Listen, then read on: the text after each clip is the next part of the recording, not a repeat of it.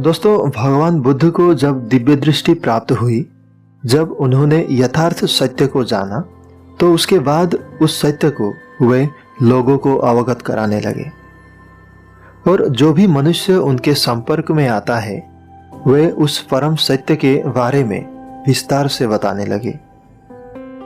एक बार भगवान बुद्ध एक आश्रम के द्वार पर पहुंचते हैं।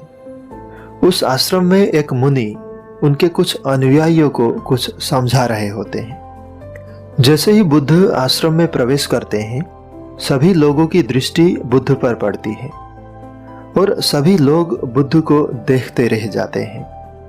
सभी लोग बुद्ध की तरफ आकर्षित हो जाते हैं। आश्रम के उन संत को अपने शिष्यों को प्रवचन देते देख बुद्ध वहां से चले जाते हैं और आश्रम के किनारे पर ही एक नदी बह रही होती है, वहां पर जाकर बैठ जाते हैं। अपना प्रवचन समाप्त होने के बाद वे संत बुद्ध के पास जाते हैं और उनसे कहते हैं, हे बुद्ध, आप वहां से क्यों चले आए?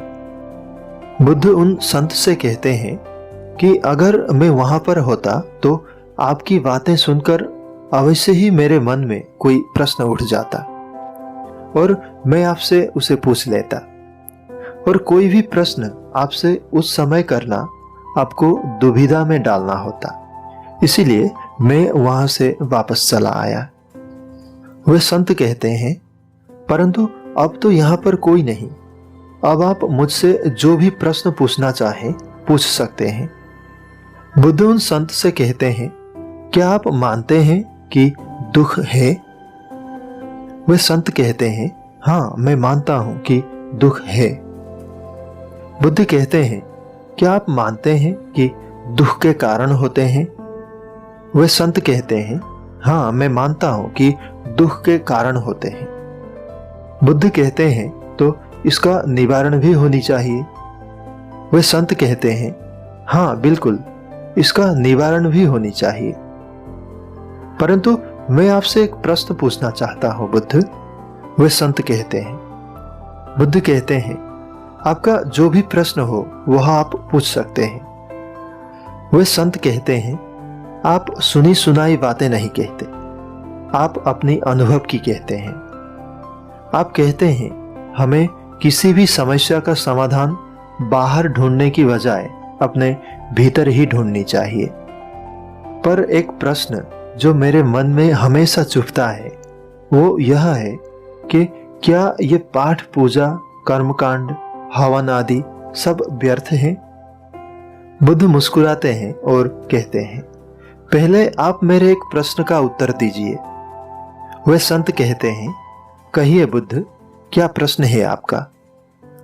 बुद्ध कहते हैं, यदि किसी व्यक्ति को नदी के इस किनारे से उस किनारे पर पहुंचना है तो उसे क्या करना होगा? वे संत कहते हैं, यदि पानी ज्यादा गहरा नहीं है तो वह चलकर भी जा सकता है, और यदि पानी बहुत गहरा है तो वह नाव का सहारा ले सकता है, और यदि वह तैरना जानता है तो तैरकर भी उस किनारे पर जा सकता है। बुद्ध कहते हैं, यदि वो ना तो तैरना चाहे और ना ही चलकर जाना चाहे और ना ही नाव का सहारा लेना चाहे तो वो वहां कैसे जा सकता है? वे संत कहते हैं, इस तरह के व्यक्ति को तो महामूर्ख कहना चाहिए बुद्ध।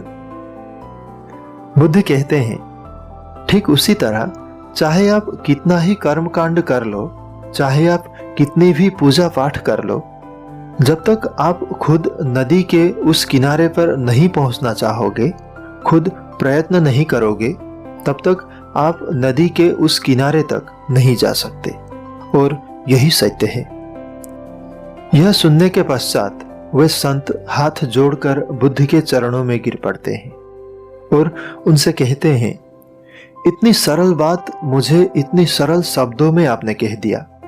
हे बुद्ध, आप मुझे अपने अनुयायी के रूप में स्वीकार करें।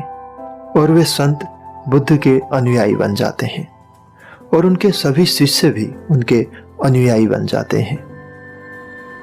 दोस्तों, यदि आप खुद ही कुछ अपने लिए नहीं करना चाहते तो चाहे आप कितनी भी पूजा पाठ कर लें, कितना भी भगवान में विश्वास रख लें, कोई आपके 1% भी काम नहीं आएगा।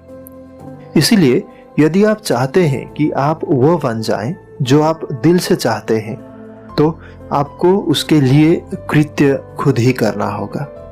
खुद ही खड़े होकर आपको आगे बढ़ना होगा।